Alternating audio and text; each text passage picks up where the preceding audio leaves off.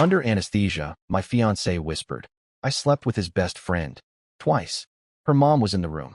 I was standing 2 feet away. I never thought the quiet beeping of hospital machines would be the soundtrack to my life unraveling. It was supposed to be a routine procedure for Rachel, my fiancé. Nothing life-threatening, just a minor surgery she'd been putting off. I stood by her bed, her mother Linda sitting stiffly in the chair across from me, scrolling her phone like she was trying to disappear into it. The anesthesiologist adjusted the nurse checked vitals, everything normal. Then Rachel, still half under, mumbled words that froze the air. I slept with his best friend twice. The words came out slurred, but unmistakable. My chest tightened like someone had dropped a cinder block inside me. I was 2 feet away. Linda's head shot up. Her eyes darted to me, then back to Rachel. The nurse, wide-eyed, tried to look busy with the monitor. The anesthesiologist cleared his throat like he hadn't heard a thing, but everyone had. Everyone. I just stared at Rachel, her lips slack, her face peaceful, no idea of the bomb she'd just dropped. 2 feet away from me, right in front of her own mother. My first instinct was denial. Sedation made people say nonsense, didn't it? But it hadn't sounded random. The phrasing was too precise, too damning. I slept with his best friend twice. The words echoed in my skull. I turned to the anesthesiologist, voice low but sharp. Does that happen? Do people say things they don't mean when they're sedated? He hesitated, adjusting his glasses. Patients can talk under anesthesia, yes. Sometimes it's nonsense. Sometimes it can be truthful. The brain loses its filter. That was the wrong answer. My pulse spiked, heat flooding my face. I looked at Linda. She looked pale, but not shocked enough. Her reaction wasn't of someone blindsided. It was the reaction of someone caught. Her phone slipped in her hand, and she didn't pick it up right away. You knew. I whispered, not caring if the nurse heard. Linda shifted, her lips pressed tight. Peter, this isn't the time. I stepped closer, towering over her chair. Not the time. Your daughter just confessed to sleeping with Kyle. Twice. And you. I stopped myself, realizing I was inches from shouting in a sterile recovery room. The nurse pretended to check a chart, but her ears were red. Linda's eyes darted to Rachel, who was still muttering fragments, nothing coherent. Then back to me. Linda leaned in, her voice like a hiss. Keep your voice down. She's not herself. Not herself. I snapped, still keeping it just under a yell. That was specific. Twice. With my best friend. Her jaw clenched. She looked like she wanted to vanish. You can't take anesthesia talk as gospel. Then why do you look guilty? I shot back. Why do you look like you already knew? Linda flinched, her hands tightening on her purse strap. Because I warned her this would happen, she muttered. I blinked. What? Her eyes widened, realizing she'd said too much. She tried to backpedal, shaking her head. I mean, she talks in her sleep sometimes. I didn't think it was serious. But I knew. That slip was all I needed. She knew. She'd known for a while, and she'd said nothing. Maybe even helped cover it. I stood there, the room suddenly stifling. The beeping of Rachel's heart monitor sounded like a metronome ticking down to an explosion. My fiancée was lying there, spilling secrets under sedation, while her mother tried to run interference. My so-called best friend, Kyle, was somewhere out there, oblivious to the fact his name had just been dragged into the light. I stepped back, breathing hard. I wanted to wake Rachel right then, shake her, demand the truth. But looking at her, her hand limp under the hospital blanket, her face pale, I knew it wouldn't give me answers. Not yet. She wouldn't remember this moment. But I would. Burned into my brain. The nurse glanced at me, cautious. Sir, maybe you should step outside. Patients can say things, it's best not to overthink. I gave a bitter laugh. Not overthink. My fiancée just confessed to screwing my best friend in her sleep. Twice. How exactly do I not overthink that? The nurse looked away, cheeks flushing. She couldn't answer. The anesthesiologist slipped out without a word, clearly not wanting to get dragged in. Linda stood, finally finding her composure. She lowered her voice, but her words were sharp. Peter, if you care about Rachel, you'll keep this to yourself. It was nonsense. Do not humiliate her. Humiliate her. That word. Not clear her name. Not find the truth. Just don't humiliate her. That told me everything. Linda wasn't interested in truth. She was interested in preserving Rachel's image, in keeping me docile. I leaned in, close enough that only she could hear. If she really slept with Kyle, everyone will know. I'll make sure of it. Her eyes went cold. For a second, I saw the mask drop. She wasn't the polite, overbearing mother-in-law to be. She was someone who would bury truth under concrete if it protected her daughter's reputation. Be careful, she whispered. Some things, once exposed, can't be undone. I didn't answer. I turned, grabbed my jacket off the chair, and walked out of that room before I did something stupid. My chest felt like it was splitting open. I walked the sterile halls, each step heavier. People passed by, laughing nurses, a janitor pushing a mop, visitors with balloons and flowers. Normal life carried on, while mine tilted off its axis. In the parking lot, the evening air hit me like a slap. I sat in my car, gripping the wheel until my knuckles went white. The pieces of the puzzle started rearranging in my head. Times Rachel had been at her mom's late. Nights Kyle had bailed on our plans, saying he was busy. A weekend Rachel went to see a cousin, while Kyle was mysteriously out of town too. Little things I brushed off. Now, under the fluorescent hospital light, they looked like neon signs. I unlocked my phone, scrolled through old texts. There it was, a message from Kyle, 3 months ago, canceling a guy's night last minute. Same night Rachel had come home late, claiming her mother had kept her for dinner. My gut twisted. Linda. She had been the alibi. The anger simmered hotter. Not just at Rachel, not just at Kyle, but at Linda, sitting there in that recovery room, trying to silence me, protect her daughter's lie at the expense of my sanity. She hadn't looked shocked. She'd looked cornered. I started the car, but didn't drive. My mind was already spinning scenarios. Confront Rachel? Too soon. Confront Kyle? He'd deny it, and Rachel would back him up. No, I needed proof. I needed something undeniable. Because if I went in with half-baked accusations, they'd gaslight me, turn it around, make me the paranoid fiancé. So I sat there, headlights washing over the concrete wall, and decided. I wasn't going to storm and swinging. I was going to take my time, collect every piece, make it airtight. If Rachel had really slept with Kyle, if Linda had covered it, then I was going to tear the entire facade down brick by brick. And when I was done, they wouldn't just lose me. They'd lose everything. I didn't sleep that night. Every time I shut my eyes, I heard Rachel's voice under anesthesia, slurred but sharp. I slept with his best friend twice. It didn't matter that she didn't know what she was saying. The words cut through any illusion I had left. By morning, I'd already decided what I had to do. This wasn't about asking for an explanation. Explanations were useless without proof. People lie when confronted. But evidence, that couldn't be twisted. Rachel came home 2 days later, moving slowly from the surgery.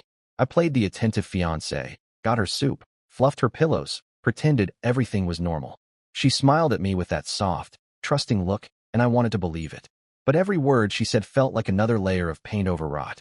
I caught myself studying her face when she wasn't looking, wondering how many lies she'd told me in the past year. When she dozed off, I took her phone. Not once had I gone through it before. I wasn't the paranoid type. But now I scrolled. Texts, socials, photos. Nothing obvious, nothing incriminating. Too clean. That alone was suspicious. Rachel wasn't organized. If she'd really risked our relationship, there should have been traces. Unless someone had already wiped them. But I noticed small things. Messages from Kyle months ago about catching up, that cut off abruptly. A Venmo notification buried in her email, labeled for gas. But the amount was way higher than what gas cost. The date lined up with one of her supposed girls' nights. I screenshotted everything, sent it to myself, deleted the history. Then I put the phone back exactly where I found it. The next day, I arranged to meet Kyle for a beer. We hadn't hung out much recently, which in hindsight was another red flag. He greeted me with that fake grin of his, slapped me on the back like nothing was wrong. I forced myself to match his energy, ordered us both drinks, and asked about work. He rambled about some new project, eyes darting everywhere but mine. So I tested him. I said, "Man, Rachel's been acting weird lately. Staying out late. Think she's hiding something." He almost choked on his beer. His eyes widened just for a second before he plastered on a laugh. "Come on, man, you're just nervous about the wedding. Cold feet. Happens to everyone." The deflection was too fast, too rehearsed. My gut tightened. I pushed a little more. "Yeah, maybe. But sometimes I think she's lying about where she goes. You ever notice that?" Kyle's jaw clenched. He leaned back, shrugged. "Nah, dude. She's loyal. Don't overthink it." His tone was off. Defensive. His hand gripped the glass like it might crack. That's when I knew. He wasn't just covering for Rachel. He was covering for himself. I played it cool, changed the subject, but inside I was boiling. The confirmation wasn't in his words, but in the way his body betrayed him. When I got home, Rachel was in the kitchen, humming while stirring pasta. She looked so normal, so domestic, that for a moment I almost convinced myself I was crazy. But then my phone buzzed, a reminder of the screenshots I'd saved. The Venmo. The odd messages. Kyle's reaction. No, I wasn't crazy. A few nights later, Linda called. Her voice was sharp, urgent. "Peter, I want to remind you. What Rachel said in the hospital doesn't mean anything. You'll ruin everything if you fixate on it. Please, just focus on the wedding." Her tone wasn't pleading. It was commanding, like she was issuing an order. That was all the proof I needed that she was in on the lie. No mother pushes that hard unless she's desperate to bury something. I didn't argue. I let her talk, nodded into the phone. But after we hung up, I wrote everything down. Dates, times, Linda's calls, Kyle's slip, Rachel's alibis. I wasn't just hunting for truth anymore. I was building a case. The breakthrough came from something small. One evening, Rachel said she was going to bed early. I flipped on the TV after she left, scrolling through apps, when I noticed something. The Netflix account. Kyle had his own profile. We'd shared accounts back when we were roommates years ago. I clicked it out of habit. There it was. A recently watched movie, late night timestamp. The same night Rachel had supposedly been homesick. I checked a few more. The patterns lined up with her supposed absences. They'd been streaming together, probably using his account. Careless.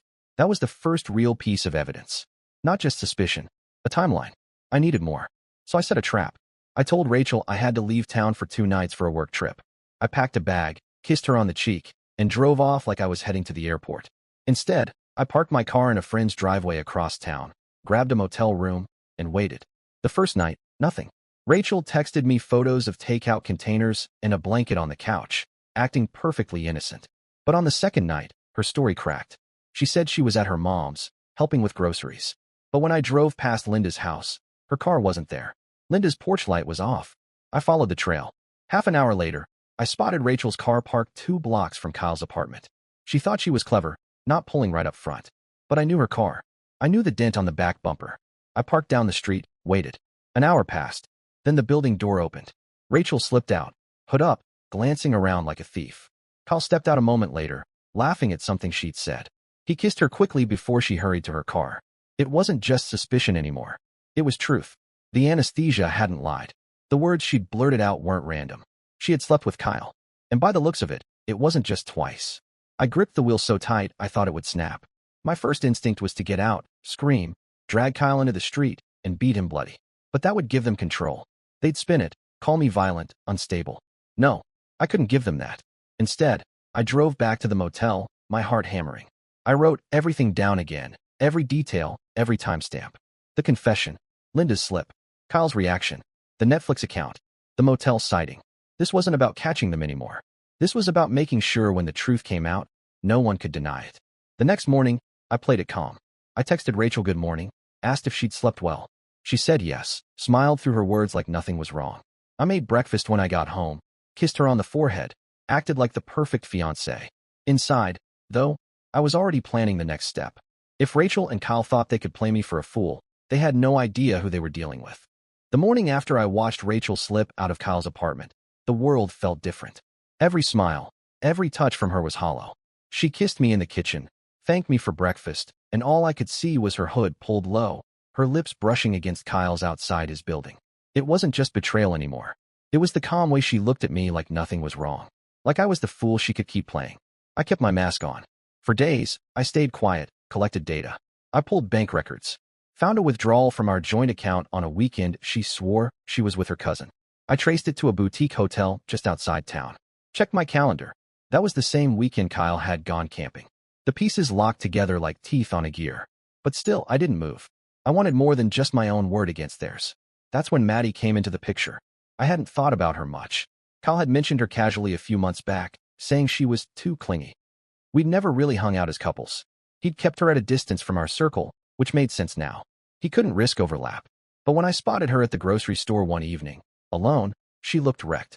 Her eyes red, hands trembling as she bagged her things. I almost walked past. Then I stopped. Something in me snapped. I introduced myself, keeping my tone casual, like a friend of Kyle's being polite. She recognized my name immediately. Her face tightened. "You're Peter," she said flatly. "Rachel's fiancé." I nodded, waited. She didn't say more, just clenched her jaw. I leaned closer, lowered my voice. "Has Kyle been acting strange with you?"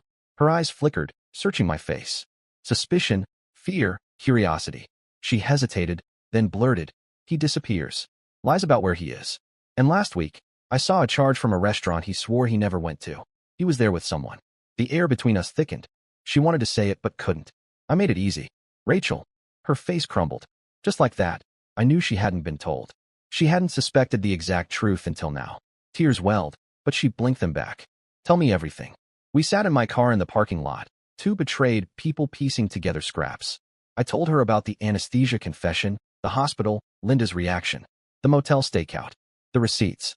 She told me about the nights he vanished, the money he took from her for bills that never made sense, the excuses about working late. It lined up too perfectly. Kyle hadn't just betrayed me. He'd bled Maddie dry, emotionally and financially. We made a pact right there. No more being victims. We'd expose them together. The next step was riskier.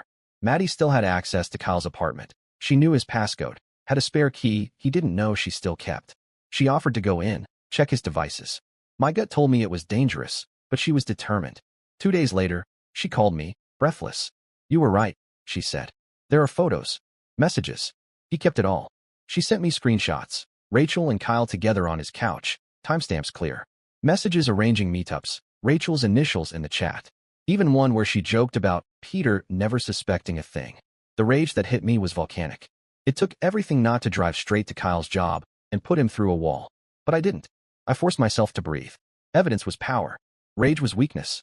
That night, Linda called again. She always called at the worst moments, like she could sense when my anger peaked. "Peter," she said smoothly, "I know you're still bothered. But Rachel needs you. Don't dig into things that don't matter. You'll only hurt her." The audacity made me laugh. A dry, bitter sound. "So you admit there are things to dig into?" Silence. Then, too quickly, "I didn't say that." I pressed harder. "You've covered for her before. You lied to me about dinners, errands. Don't bother denying it." Her voice dropped, sharp as glass. "Do not destroy my daughter's future over a mistake." Mistake. That word again. Like cheating twice with my best friend was the same as forgetting an anniversary. I snapped. "You knew. You've known for months.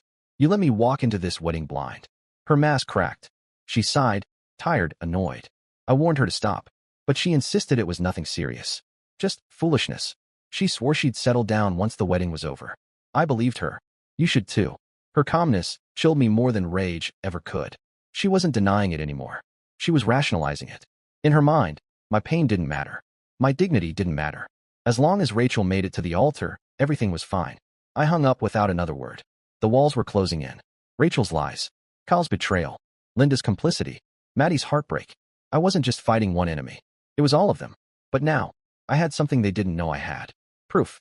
Screenshots. Photos. Messages. And Maddie as an ally. We met again in secret, mapped out a plan. "We can't just confront them one by one," she said. "They'll twist it, gaslight, cover. We need everyone to see at once. No escape." She was right. If I exposed Rachel privately, Linda would spin it. If I went at Kyle alone, he'd deny everything. No, it had to be public. A setting they couldn't wriggle out of. The rehearsal dinner. Everyone important in one room. Family, friends, both sides watching. Perfect. We prepared carefully. Maddie compiled Kyle's messages. I organized Rachel's timelines, the receipts, the Venmo, the Netflix logs. We even had Linda on tape. I'd recorded our last call. Her saying she'd warned Rachel, calling it foolishness. That was the nail in the coffin. But even with all of this, I didn't sleep easy. Because I knew how slippery they were. Rachel with her practiced innocence. Kyle with his smirking charm. Linda with her manipulations. They wouldn't go down without a fight. One more piece fell into place the night before the dinner. I checked our wedding account online, routine habit. That's when I saw it. A transfer request, pending approval, for several $1,000s. Destination? An account with Kyle's name. My blood ran cold. Rachel was funneling money straight to him. I screenshotted it instantly. This wasn't just cheating anymore. This was theft. Betrayal at every level. I sat back, staring at the screen. The plan for the dinner wasn't just about betrayal anymore. It was about showing everyone the rot that had spread through this entire engagement. The lies, the manipulation, the money. The thought almost made me smile. For months they'd treated me like a fool, like someone too blind to see what was happening under his nose. But tomorrow night, I'd show them just how wrong they were. And when I did, they wouldn't just lose me. They'd lose each other. The night of the rehearsal dinner, I walked in calm. Too calm. My suit pressed, tie neat, every step measured. No one in the room suspected what was coming. They laughed, clinked glasses, rehearsed toasts. Rachel floated around in her white dress, glowing, pretending she was the perfect bride-to-be. Kyle sat at the bar, drink in hand, smirk plastered on his face. Linda was orchestrating everything like a general, making sure the evening looked flawless. They thought I was the fool. I let it play out for 20 minutes. Toasts, small talk, forced laughter. My hands didn't shake. I felt like a surgeon preparing for a cut. Maddie slipped in quietly halfway through, sat near the back. No one noticed her, not yet. When the chatter died down for the main toast, I stood. Rachel beamed at me, expecting something romantic, maybe a speech about her love. Instead, I pulled my phone from my pocket, connected it to the small speaker system. Before I say anything, I began, I think everyone deserves to hear a few things. Confusion rippled across the tables. Rachel tilted her head, smiling nervously. Linda's smile froze. I pressed play. Rachel's voice, slurred but clear, filled the room. I slept with his best friend twice. The room went silent. Chairs scraped. A fork clinked against a glass and stayed there. Rachel's face drained of color. That's not, she started, but I cut her off. Maybe you'll say anesthesia makes people talk nonsense. So let's listen to something else. I tapped again. Linda's voice came through, sharp, recorded from our call. I warned her to stop, but she insisted it was nothing serious. Just foolishness. She swore she'd settle down once the wedding was over. Gasps rippled. Heads turned. Rachel's father's face hardened, eyes snapping to Linda. Rachel stammered, reaching for me. Peter, please, don't. I pulled my phone back, opened the gallery, and mirrored the screen to the TV. Photos. Screenshots. Rachel in Kyle's apartment. Texts arranging meetings. Messages about me being clueless. And then the bank transfer request. Thousands of dollars from our wedding account to Kyle. Explain this, I said flatly, holding the phone up so everyone could see. Kyle stood, red-faced. This is out of context. Maddie's voice cut through the air, cold and sharp. No, it's not. Heads turned as she rose from her seat, stepping forward. She held up her own phone. I'm Maddie, Kyle's girlfriend. Or at least I was. Here are the rest of the messages. Him promising to pay me back with the money he was siphoning from Peter and Rachel's account. The room erupted. Shouts, gasps, disbelief. Rachel lunged toward me, tears streaming now. Please, Peter, let me explain. I stepped back, away from her grasp. Explain what? That you stole from me to fund your affair? That your mother lied to my face to protect you? That Kyle, my best friend, laughed about this behind my back. Her sobs filled the silence. Linda tried to regain control, standing tall, voice firm. Everyone calm down. This is a private matter. No. I snapped, louder than I'd ever spoken in that family's presence. This is public. Because you made it public the moment you covered for her. The moment you decided my dignity was less important than your daughter's reputation. Rachel's father slammed his hand on the table. Is this true? He barked at Linda. She faltered. For the first time, she had no polished words. Her silence was answer enough. Kyle tried to slip out, but Maddie intercepted him, shoving her phone into his chest. You took my money, my time, my trust. You don't get to walk away like nothing happened. The chaos reached its peak.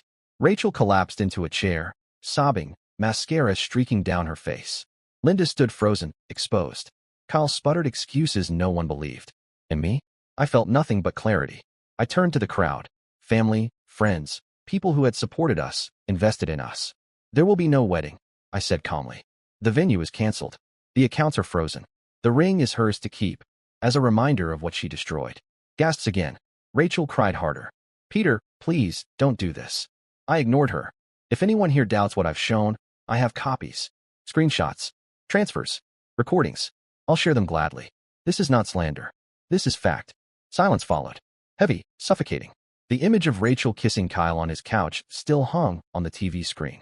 I slipped my phone back into my pocket, adjusted my jacket, and walked out. No one stopped me. Not one. The aftermath was swift and brutal. Rachel tried calling me dozens of times over the next week. Voicemails filled with sobs, apologies, promises it meant nothing, that she'd make it right. I didn't answer a single one. Linda showed up at my apartment once, banging on the door, demanding I fix this mess before it ruined Rachel's life. I recorded her rant, then told her calmly through the door that if she didn't leave, I'd call the police. She left, seething. Rachel's father reached out privately. He apologized, not for Rachel, but for himself, for letting Linda control everything. He confessed he hadn't known about the affair, but the bank transfer had broken his trust completely. He cut Rachel off financially. Kyle lost everything in 1 week. Maddie left him, exposed him to his employer with proof of his financial deceit, and he was fired. Friends cut him out. He texted me once, begging for forgiveness, claiming Rachel had seduced him. I blocked him. Rachel moved back in with Linda, her reputation shredded. Everyone in her social circle knew the story. Not because I spread it, but because the people at that dinner did. Word travels fast when betrayal is that ugly. As for me, I didn't feel victorious. Just clean, like I'd finally scrubbed poison from my life. The wedding was gone, but so was the rot that had infected every corner of it. Sometimes I replay that moment in the hospital. Her voice, under anesthesia, whispering the truth she never meant to reveal. A slip of the tongue that burned her whole house down. And I think, Maybe that was the most honest thing she ever gave me.